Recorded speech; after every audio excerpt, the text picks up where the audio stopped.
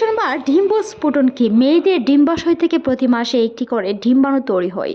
পিরিয়ডের পর ওভারি থেকে এই ডিম্বাণু নির্গত হয়।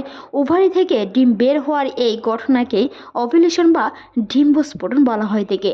এই ডিম্বাণু নিষিদ্ধ হওয়ার জন্য ফিলিপিন টিউব থেকে 12 থেকে 24 ঘন্টা অপেক্ষা করে। এর মধ্যে যদি সহবাস করা হয়, অর্থাৎ শুক্রাণু এসে ডিম্বাণুকে নিষিদ্ধ করে, তাহলে একটি মেয়ে গর্ভধারণ করতে পারে। আর যদি শুক্রাণু এসে ডিম্বাণুকে নিষিদ্ধ করতে না পারে, তাহলে ডিম্বাণুটি নষ্ট বা মারা যায়।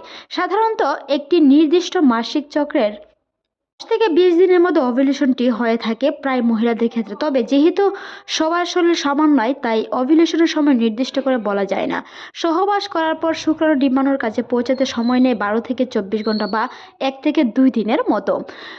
আবার যদি শুক্রাণু একজন মহিলার শরীরে প্রবেশ করার পর 2 থেকে 5 দিন পর্যন্ত জীবিত থাকতে পারে, তখন ডিম্বস্ফোটনটি হচ্ছে। সেই বিষয়টি গুরুত্ব রাখা কিংবা খেয়াল রাখা খুবই গুরুত্বপূর্ণ। দ্রুত গর্ভধারণ করতে চাইলে সেই বিষয়গুলো অবশ্যই খেয়াল রাখতে হবে। তাই ডিম্বাণু আসার অন্তত 2 থেকে 3 দিন আগেই যদি সহবাস করা হয়, তাহলে সন্তান ধারণের সম্ভাবনা অনেকটা বেশি থাকে। ওভারি বা ডিম্বাশয় থেকে নির্গত হওয়ার ওভার ডিম নারীর শরীর মোটামুটি 12 থেকে 24 ঘন্টা পর্যন্ত সক্রিয় থাকতে পারে।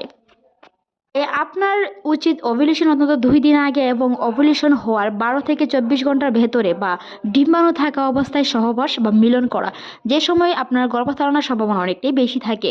ওভ্যুলেশনের কিট টেস্ট করে বুঝতে পারবেন ওভ্যুলেশন হয়েছে কিনা। তাই বাজার থেকে ওভ্যুলেশন কিট কিনে এনে ট্রাই করতে পারেন আপনার ওভ্যুলেশনটি হয়েছে কিনা। সেই টাইমে সহবাস করার চেষ্টা করুন, গর্ভধারণের সম্ভাবনা বেশি থাকে।